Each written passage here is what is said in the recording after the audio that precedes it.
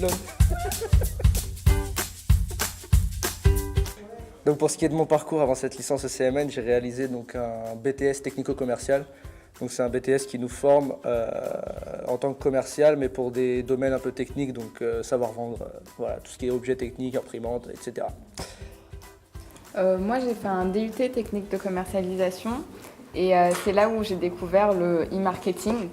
Et du coup, j'ai voulu me spécialiser en licence de marketing digital pour profiter des cours et en même temps avoir une expérience au sein du domaine. Donc moi j'ai fait un BTS MUC, donc j'avais que la formation commerciale et au final je voulais faire cette licence pour avoir les compétences techniques sur le digital et le web.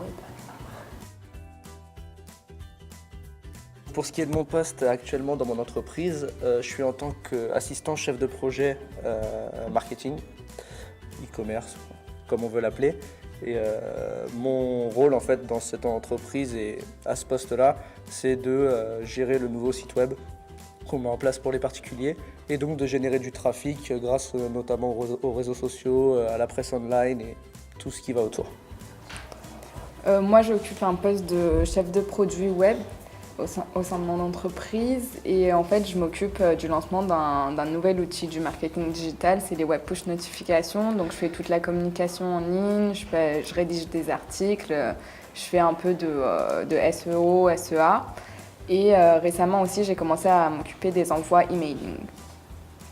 Moi je suis assistant web marketing opérationnel, donc je m'occupe surtout de la gestion du site en général.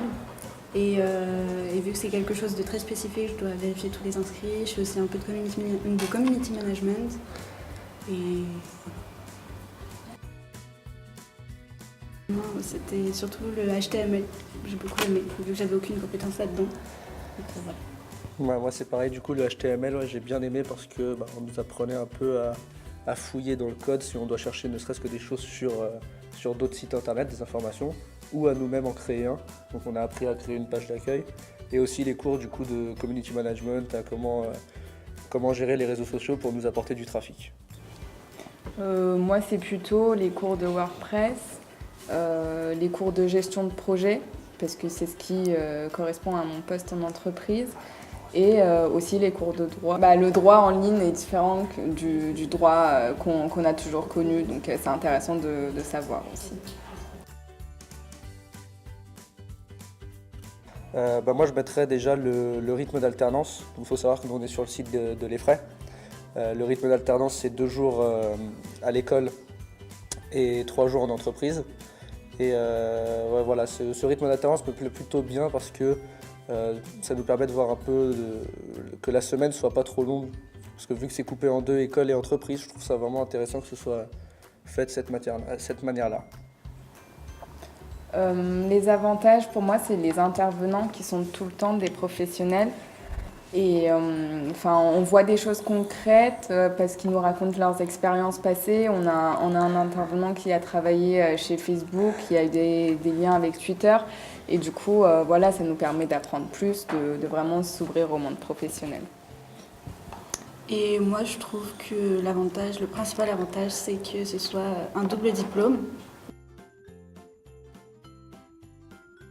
Donc je pense que le mieux pour faire cette licence, c'est qu'il faut être passionné par le web et le digital.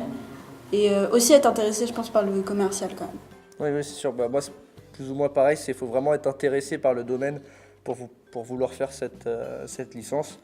Et aussi également respecter un peu nos profs, parce que ils ne sont pas formés en tant que professeurs.